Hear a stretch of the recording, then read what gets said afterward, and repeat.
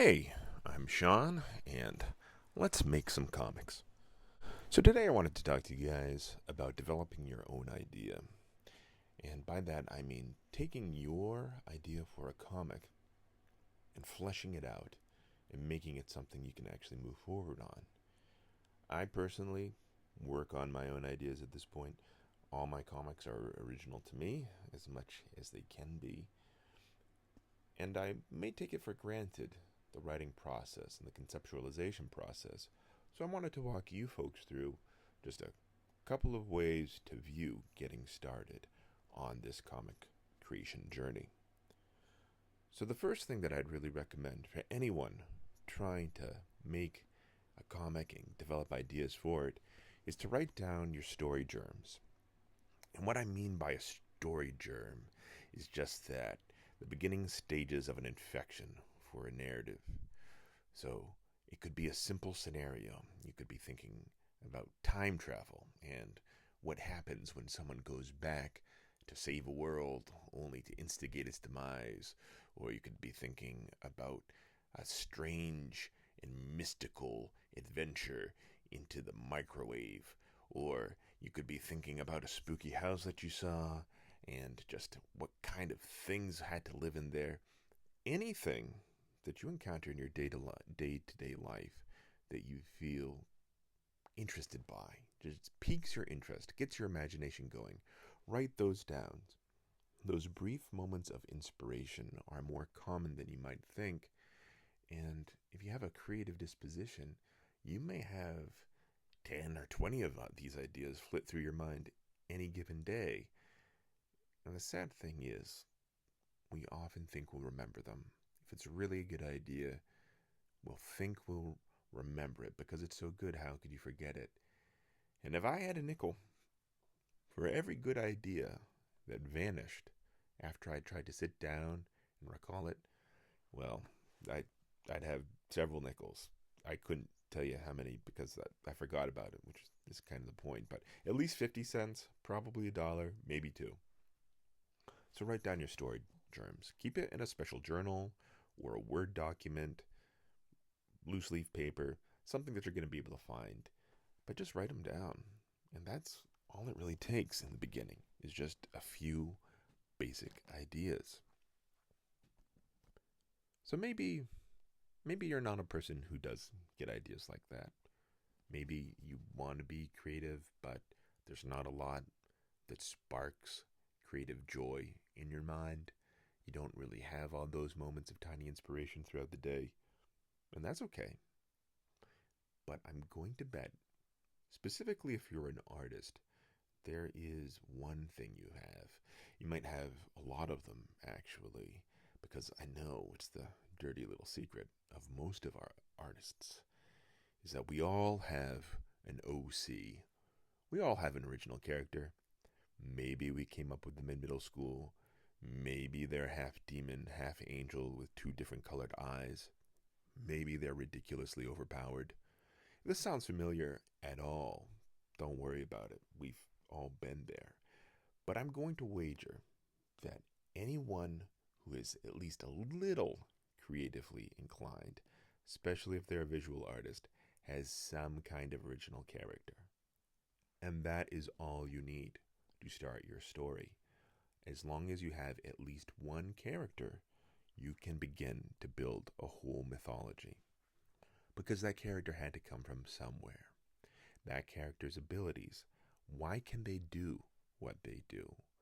And those are the foundational pillars you can build an entire world.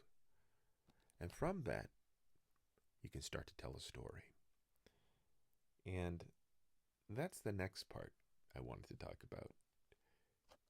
For everyone with original characters, I suspect that they also have one important scene. They have one moment that they have already run through their head again and again that changes the course of that character's life. It could be a dramatic reunion with a loved one. It could be an epic battle. It could be confessing their feelings on a bridge in the rain. But I am willing to bet, I will put money, I'll put those nickels that I got for forgetting all my ideas. I'll put those against it, that you have that scene in your head right now. And if you're anything like me, if you think about it too much, it might actually even make you a little emotional. That is not sad, that's good. That's part of the creative process. Deeply feeling your ideas. That's a good thing, honestly. That's a good sign. If you're getting an emotional response, then maybe you can get an emotional response from your audience. And at the end of the day, that's really what we're looking for as artists, is to convey those feelings and elicit those emotions. So don't cringe.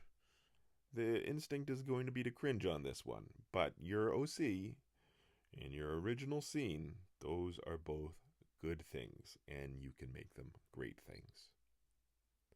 So what do you do? Okay, I have an OC. I even have a scene I'd like to put that OC in. Where do I go from here? Really, it's just a matter of asking questions. You're just asking questions. How did my character get in that scene? How did they get put in that situation? Just walk it back one step. And then once you get there, walk that back one step. And you can combine that with their origin. So you take that special scene, you take their origin, and connect A to B. You come up with a resolution at the end, and guess what? You did it. You just came up with a story. Is it a good story? Maybe not. If it's your first story, then it definitely isn't. And that's okay. We're all going to write some stinkers. And I know that can be kind of hard to hear, especially if it's a character that's important to you, if it's scene that's important to you. But your first attempt is just not going to be your best attempt. That's how everything goes. But it's important that it's something you can feel passionately about. Because at the end of the day, it is going to be you who's making this. And you need that passion to push you over the hard parts. So if it's something personal, something you've been ruminating on for years, that is excellent. That's a great starting block, and I really encourage you to develop it further because it's fun. If nothing else, it's fun taking something that was a nebulous idea and making it more concrete, allowing other people to see it. And that can be hard too. It's a act of vulnerability to take something that you made on your own that may have resonant personal themes and putting it out there for public discussion and dissection and criticism. But it's worth it. It really is. It's part of the creative process. It's part of the creative journey. And again, if you can just get past that little bit of discomfort, you will find all sorts of new avenues opening up before you. So, there you go. A couple of real basic tips on how to get started on your own personal project. One thing that I wanted to kind of bring back, and I maybe should restructure it or re-record it, but I'm not going to. I'm going to do this all in pretty much one take. You should all be really impressed at my recording acumen. Ignore all the parts where I misspoke or tripped over my words. But when you're developing this, it can be easy. Oh, see? Yeah, there's the good recording I was talking about. It can be easy to go too broad in scope. And by that, I mean and by we, I do mean me, often have these really epic ideas about where we want this story to go, and it could be really massive. And that is a lot for your first project. So what I would encourage you to do, I will give you advice that I certainly don't always listen to, but that important scene with that important character, try and start your story as close to that scene as makes sense. So if you have a big dramatic culmination of events, even if you feel like it needs 50 chapters of backstory to really make it resonant, I will promise you it actually doesn't. It can be hard, but try and self-edit. Try and just put down the minimum amount of backstory, because that's the scene you're trying to get to, and the sooner you get to it, the better. For you, for your audience, for really everybody. So that's what I encourage.